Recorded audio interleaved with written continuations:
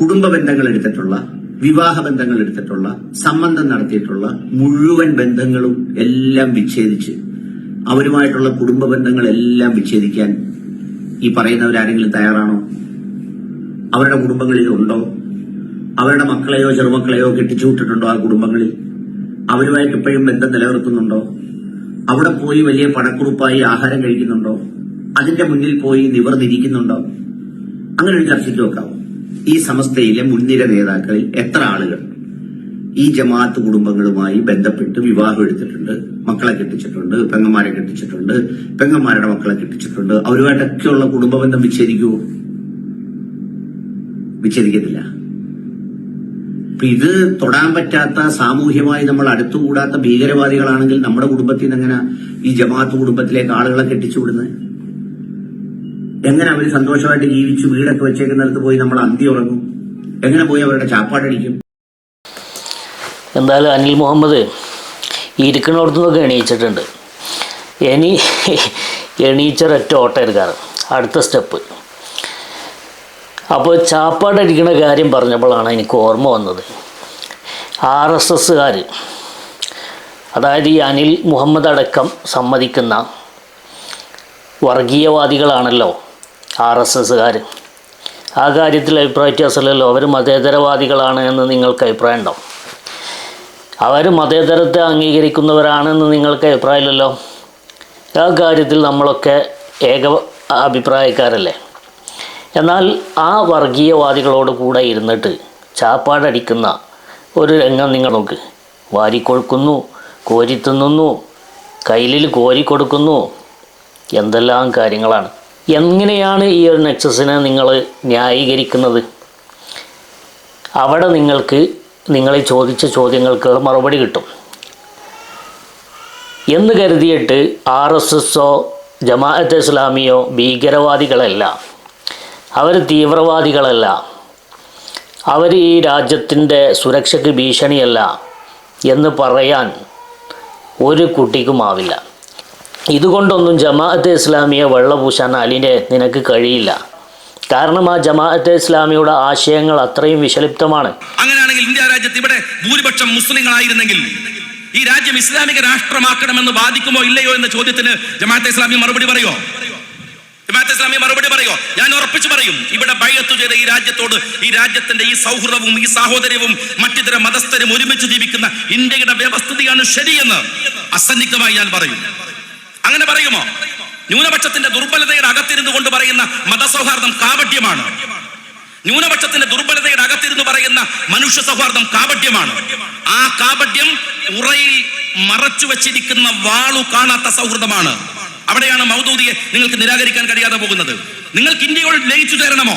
Indian സെക്യുലറിസത്തോട്, Indian ഡെമോക്രസിയോട്, ഇന്ത്യയുടെ വ്യവസ്ഥിതിയോട് നിങ്ങൾക്ക് ലയിച്ചു ചേരണമോ? ചേരണമെങ്കിൽ നിങ്ങൾ ഒരു രാഷ്ട്രീയ പാർട്ടി ഉണ്ടാക്കിയിട്ടും കാര്യമില്ല. നിങ്ങൾ മൗലാന മൗദൂദിയെ തള്ളി പറഞ്ഞ മതിയാവൂ, അലി ശരീഅത്തെ തള്ളി പറഞ്ഞ മതിയാവൂ, സയ്യദ് കുത്തുബിനെ തള്ളി പറഞ്ഞ മതിയാവൂ. പിന്നെ വിവാഹ ബന്ധങ്ങൾ സ്ഥാപിക്കുന്നത് ഓരോരുത്തരുടെയും അധീനതയിലുള്ള ആളുകളെ മാത്രമേ അത്തരം ആളുകൾക്ക് വിവാഹം ചെയ്ത് കൊടുക്കാതിരിക്കാനുള്ള ഓപ്ഷൻ നമുക്കുള്ളൂ. എനിക്കാണെങ്കിൽ എൻ്റെ മകളുടെ കാര്യത്തിൽ അങ്ങനെ ഒരു ഡിസിഷൻ എടുക്കാം. പക്ഷേ എൻ്റെ പെങ്ങളുടെ കാര്യത്തിൽ പോലും ചിലപ്പോൾ എനിക്ക് അധികാരം ഉണ്ടാവില്ല. കുടുംബത്തിൽ മറ്റു പലരുടെ കാര്യത്തിൽ പോലും എനിക്ക് അധികാരം ഉണ്ടാവില്ല. അതിൻ്റെ അധികാരം വേറൊരാൾക്കെടുക്കണം. അങ്ങനത്തെ ആളുകൾ നമ്മുടെ കുടുംബത്തിൽ ഉണ്ടാവാം, ചിലപ്പോൾ ഉണ്ടായിട്ടുണ്ടാകും. പക്ഷേ നമുക്കവിടെ എന്ത് റോളാണുള്ളത്? നമ്മൾ റോള് നിർവഹിക്കുന്നിടത്ത് ഇത്തരം വർഗീയവാദികൾക്ക് നമ്മുടെ മക്കളെ നമ്മൾ കെട്ടിച്ചു കൊടുക്കാറില്ല. യഥാർത്ഥ സുന്നികൾ അങ്ങനെ ചെയ്യാറില്ല.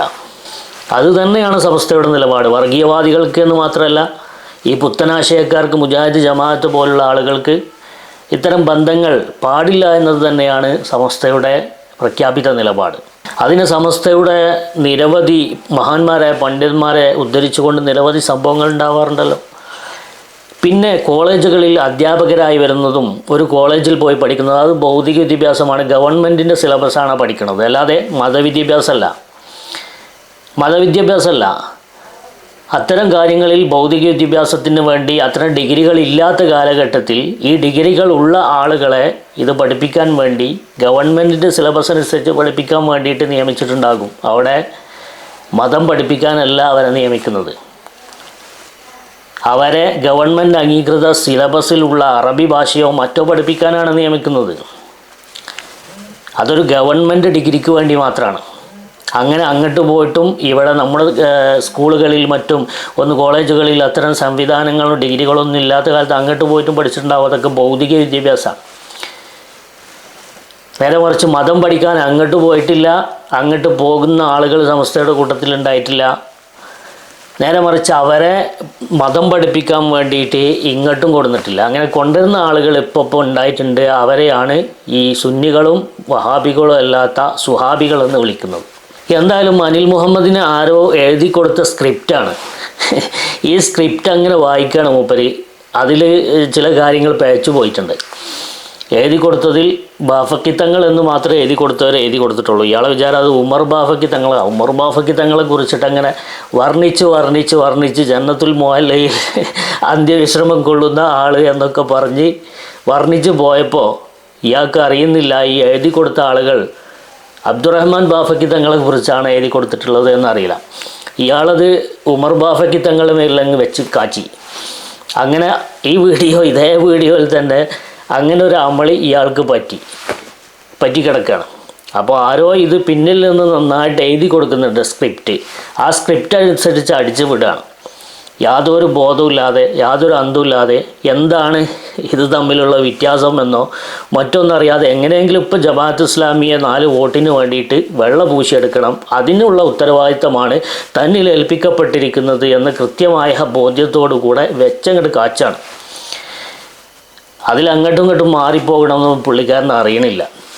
എന്തായാലും ഇനി സ്ക്രിപ്റ്റൊക്കെ പഠിക്കുമ്പോൾ നേരമില്ലെങ്കിൽ കുറച്ച് നേരം എടുത്ത് പഠിച്ചിട്ട് അവതരിപ്പിക്കുമ്പോൾ അത് കുറച്ചുകൂടി നന്നായി വരും. പിന്നെ ഒന്ന് ചിന്തിക്കണം, പറയണത് എന്താണ് എന്നൊന്ന് ചിന്തിക്കാനുള്ളൊരു സാവകാശം കൂടി എടുത്തുകൊണ്ട് വേണം അതൊക്കെ പറയാൻ. സ്ക്രിപ്റ്റ് കിട്ടുമ്പോൾ ഇത് എഴുതി തരുന്ന മണ്ടന്മാർ ഇതിനേക്കാളും വലിയ പൊട്ടന്മാരാണ്.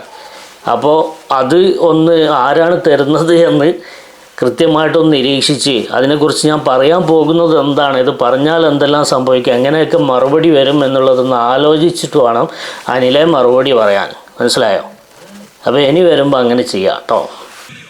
ഇസ്ലാമിയ മറുപടി പറയോ? ഞാൻ ഉറപ്പിച്ചു പറയും, ഇവിടെ ബൈഅത്ത് ചെയ്ത ഈ രാജ്യത്തോട്, ഈ രാജ്യത്തിന്റെ ഈ സൗഹൃദവും ഈ സാഹോദര്യവും മറ്റിതര മതസ്ഥരും ഒരുമിച്ച് ജീവിക്കുന്ന ഇന്ത്യയുടെ വ്യവസ്ഥിതിയാണ് ശരിയെന്ന് അസന്നിഗ്ധമായി ഞാൻ പറയും.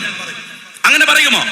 ന്യൂനപക്ഷത്തിന്റെ ദുർബലതയുടെ അകത്തിരുന്നു കൊണ്ട് പറയുന്ന മതസൗഹാർദ്ദം കാപട്യമാണ്.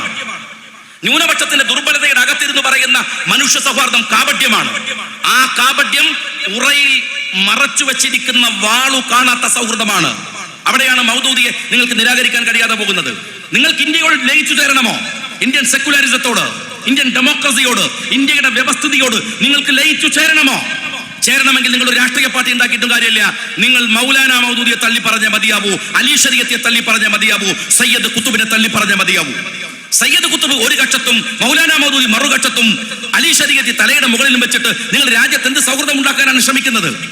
എന്നിട്ട് രാജ്യത്തെ സൗഹൃദത്തിന്റെ പാന്താവിലേക്ക് കൊണ്ടുവന്ന ഒരു മഹാപ്രസ്ഥാനത്തെ നിങ്ങൾ തീവ്രവാദത്തിന്റെ പട്ടികയിൽ കൊണ്ടുപോയി ചേർത്താൻ ശ്രമിക്കുകയാണ്.